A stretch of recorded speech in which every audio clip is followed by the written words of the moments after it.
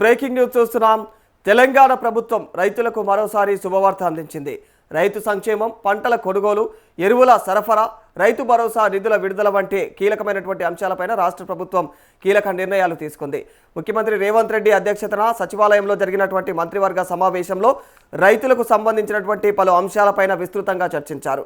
ఈ సమావేశం అనంతరం మంత్రులు ఉత్తమ్ కుమార్ రెడ్డి, తుమ్మల నాగేశ్వరరావు, సీతక్క మీడియాతో మాట్లాడి కేబినెట్ తీసుకున్నటువంటి నిర్ణయాలు వెల్లడించారు.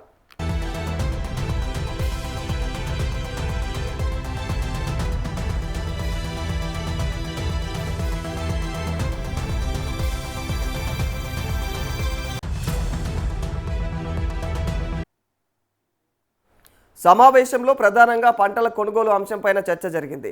కేంద్ర ప్రభుత్వం ఎంత మేరకు ధాన్యం ఇతర పంటలను కొనుగోలు చేస్తుందో రాష్ట్ర ప్రభుత్వం కూడా అదే మేరకు రైతుల నుంచి సేకరించాలని చెప్పేసి నిర్ణయించినట్లు మంత్రులు వెల్లడించారు.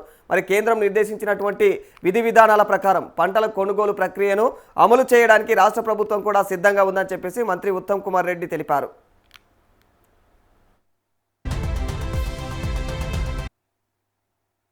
ఇకపై కేంద్రం ఏ పంట ఉత్పత్తులకు ఎంఎస్పి నిర్ణయించి కొనుగోలు చేస్తుందో ఆ పంటలను అంతే కోటాలో రాష్ట్ర ప్రభుత్వం తరఫున కొనుగోలు చేయాలని నిర్ణయం తీసుకున్నాం.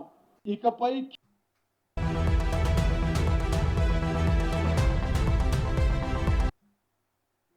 రైతులకు ఎలాంటి ఇబ్బందులు కలగకుండా కేంద్రం నిర్ణయించినటువంటి కోటా మేరకు కొనుగోలు నిర్వహిస్తామని స్పష్టం చేశారు. వచ్చే ఖరీఫ్ సీజన్ నుంచి కేంద్రం ఎంత ధాన్యం కొనుగోలు చేస్తుందో అంతే పరిణామంలో రాష్ట్రం కూడా సేకరణ చేపడుతుందని చెప్పారు. మరి అదే సమయంలో కనీస మద్దతు ధర ప్రకటించినటువంటి అన్ని పంటలను కూడా కేంద్ర ప్రభుత్వం తప్పనిసరిగా అయితే కొనుగోలు చేయాలని చెప్పేసి రాష్ట్ర కేబినెట్ డిమాండ్ చేసింది.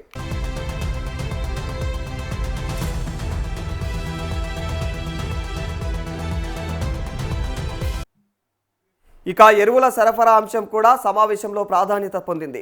రాష్ట్రానికి అవసరమైనటువంటి ఎరువుల కోటాను వెంటనే విడుదల చేయాలని చెప్పేసి కేంద్ర ప్రభుత్వాన్ని కోరింది. ముఖ్యంగా రామగుండం ఎరువుల కర్మాగారంలో ఉత్పత్తి అవుతున్నటువంటి యూరియాను తెలంగాణ రైతుల అవసరాలకు కేటాయించాలని మంత్రివర్గం అభిప్రాయం వ్యక్తం చేసింది.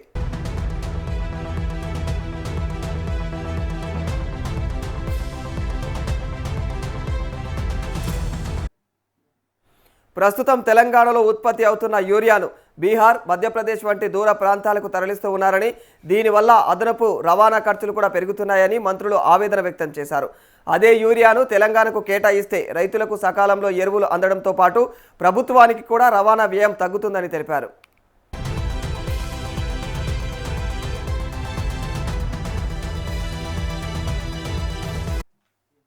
ఈ అంశంపైన కేంద్ర ప్రభుత్వంతో మరోసారి చర్చించేందుకు త్వరలోనే ఢిల్లీకి మంత్రుల బృందం వెళ్లనుందని చెప్పేసి వెల్లడించారు.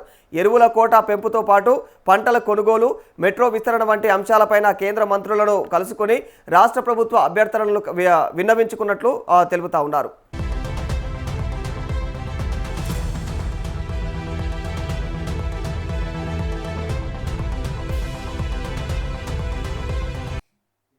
ఇదిలా ఉండగా రాష్ట్ర రైతులు ఎంతో ఆసక్తిగా ఎదురు చూస్తున్నటువంటి రైతు భరోసా నిధుల విడుదలపైన కూడా ప్రభుత్వం కీలక ప్రకటన చేసింది.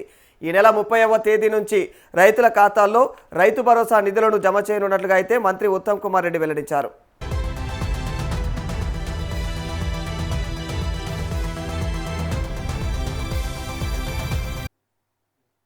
ఖమ్మం జిల్లా మదిరలో భారీ బహిరంగ సభను నిర్వహించి అక్కడి నుంచే ముఖ్యమంత్రి రేవంత్ రెడ్డి అధికారికంగా అయితే రైతు భరోసా నిధుల విడుదల కార్యక్రమాన్ని ప్రారంభించనున్నట్లు తెలియజేశారు. మరి రాష్ట్రంలోని అర్హులైనటువంటి రైతులందరికీ కూడా పెట్టుబడి సహాయం అందేలాగా ప్రభుత్వం ఏర్పాట్లు పూర్తి చేసినట్లుగా కూడా తెలిపారు.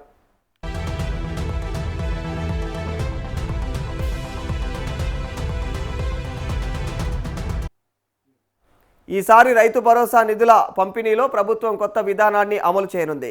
నిధులను ఒకేసారి కాకుండా దశల వారీగా రైతుల ఖాతాల్లో జమ చేయాలని చెప్పేసి నిర్ణయించింది.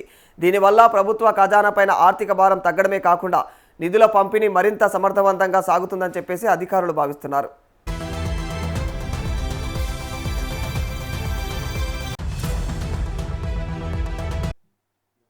మొదటి విడతలో 1 ఎకరం లేదా అంతకంటే తక్కువ భూమి కలిగినటువంటి చిన్న రైతుల ఖాతాల్లో నిధులు జమ చేయనున్నారు. రెండో విడతలో 2 ఎకరాల వరకు భూమి కలిగినటువంటి రైతులకు నిధులు అందజేస్తారు. మూడో విడతలో 5 ఎకరాల వరకు భూమి ఉన్నటువంటి రైతుల ఖాతాల్లోకి పెట్టుబడి సహాయాన్ని బదిలీ చేయనున్నారు. అనంతరం నిధుల లభ్యతను బట్టి మిగతా రైతులకు కూడా దశల వారీగా రైతు భరోసా సహాయం అందజేయనున్నారు.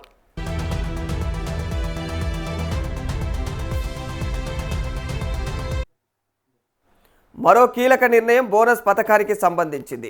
మరి రాష్ట్రంలో రైతులు పండించే సన్న వరిలో ఇక 7 రకాల వంగడాలకైతే మాత్రమే మరి బోనస్ అయితే ఇవ్వాలని చెప్పేసి మంత్రివర్గం నిర్ణయించింది.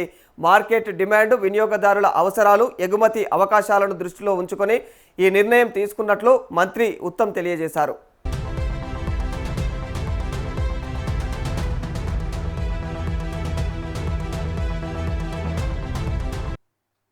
యాసంగి సీజన్లో దేశంలోనే అత్యధికంగా తెలంగాణ రాష్ట్రం నుంచి 80 లక్షల మెట్రిక్ టన్నుల ధాన్యం సేకరించినట్లు ప్రభుత్వం వెల్లడించింది.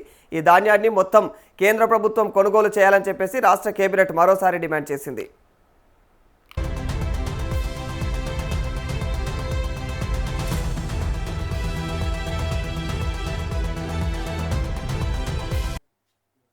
ఇక హైదరాబాద్ మెట్రో విస్తరణ ప్రాజెక్టు అంశాన్ని కూడా సమావేశంలో చర్చించారు. మెట్రో విస్తరణకు అవసరమైనటువంటి అన్ని అనుమతులను కూడా కేంద్ర ప్రభుత్వం వెంటనే మంజూరు చేయాలని రాష్ట్ర ప్రభుత్వం కోరింది. మరి అలాగే ఐఆర్ఎఫ్సి నుంచి కూడా రాష్ట్రానికి రావాల్సినటువంటి రుణాలను కూడా విడుదల చేయాలని చెప్పేసి విజ్ఞప్తి చేసింది. మెట్రో విస్తరణ ప్రాజెక్టుకు కేంద్ర మంత్రులు, బీజేపీ ఎంపీలు సహకరించాలని రాష్ట్ర ప్రభుత్వం కోరుతున్నట్లుగా మంత్రి ఉత్తమ్ వెల్లడించారు. హైదరాబాద్ నగర అభివృద్ధికి మెట్రో విస్తరణ ఎంతో కీలకమని ఆయన తెలియజేశారు.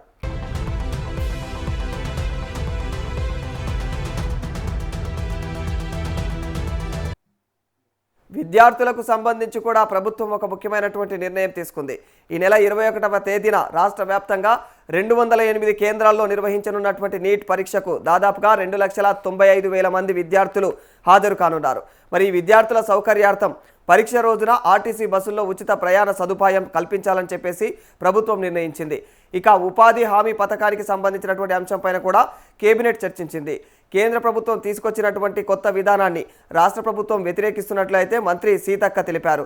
ఈ కొత్త విధానం వల్ల కూలీలకు, రాష్ట్ర ప్రభుత్వానికి కలిగే ప్రభావాలనైతే అధ్యయనం చేసేందుకు ప్రత్యేక కేబినెట్ సబ్ కమిటీ ఏర్పాటు చేయాలని చెప్పేసి నిర్ణయించినట్టు తెలిపారు.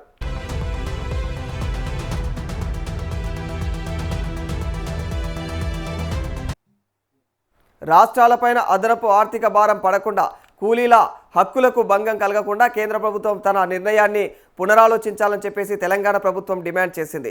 మరోవైపు వ్యవసాయ శాఖ మంత్రి తుమ్మల నాగేశ్వరరావు రైతులకు కీలక సూచనలు చేశారు. ఈ ఏడాది ఎల్నినో ప్రభావం కొనసాగుతున్నందున రైతులు వ్యవసాయ శాఖ అధికారుల సూచనలు పాటించాలని చెప్పేసి ఆయన మరోసారి గుర్తు చేశారు. ఇక వర్షపాతం పరిస్థితులను కూడా గమనిస్తూ పంటల ఎంపిక అనేది చేసుకోవాలని చెప్పేసి తెలియజేశారు.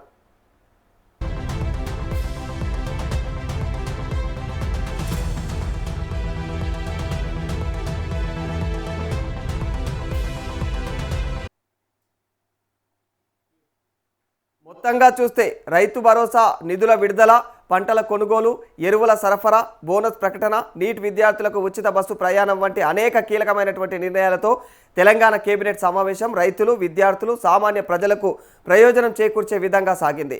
ముఖ్యంగా జూన్ 30 నుంచి రైతు భరోసా నిధుల జమ ప్రారంభం కానుండడంతో రాష్ట్ర రైతుల్లో అయితే కొత్త ఆశలు చిగురిస్తున్నాయి.